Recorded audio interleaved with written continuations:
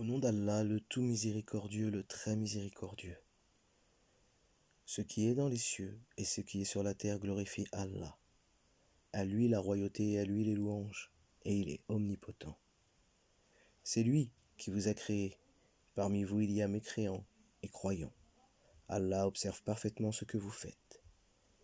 Il a créé les cieux et la terre en toute vérité, et vous a donné votre forme, et quelle belle forme il vous a donnée. Et vers lui est le devenir.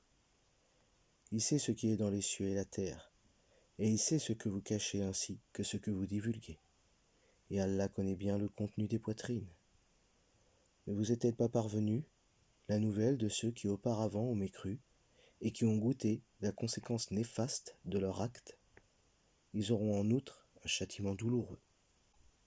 Il en est ainsi, parce que leurs messagers leur venaient avec des preuves évidentes, et qu'ils ont dit, sont-ce des hommes qui nous guideront? Ils mécrurent alors, et se détournèrent, et Allah se passa d'eux, et Allah se suffit à lui-même, et il est digne de louange. Qui ont mécru prétendent qu'ils ne seront point ressuscités. Dis, mais si, par mon Seigneur, vous serez très certainement ressuscités. Puis, vous serez certes informés de ce que vous faisiez, et cela est facile pour Allah. Croyez en Allah, donc, et en son messager, ainsi qu'en la lumière, le Coran, que nous avons fait descendre, et Allah est parfaitement connaisseur de ce que vous faites.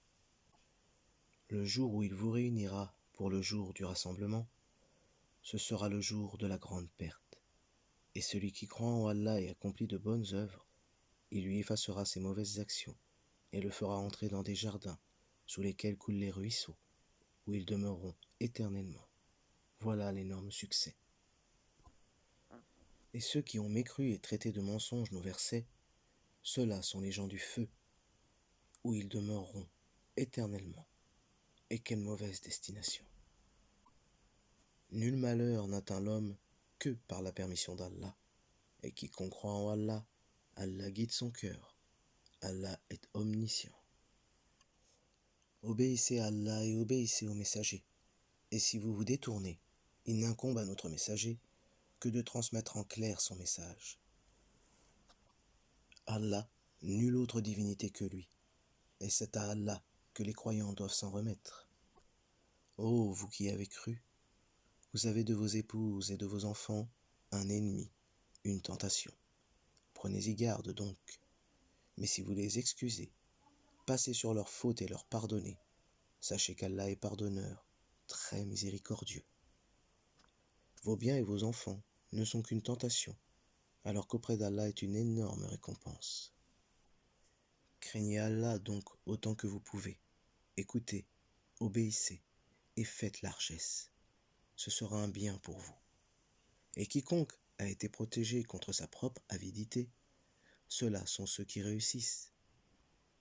Si vous faites à Allah un prêt sincère, il le multipliera pour vous et vous pardonnera. Allah cependant est très reconnaissant et indulgent. Il est le connaisseur du monde invisible et visible, et il est le puissant, le sage.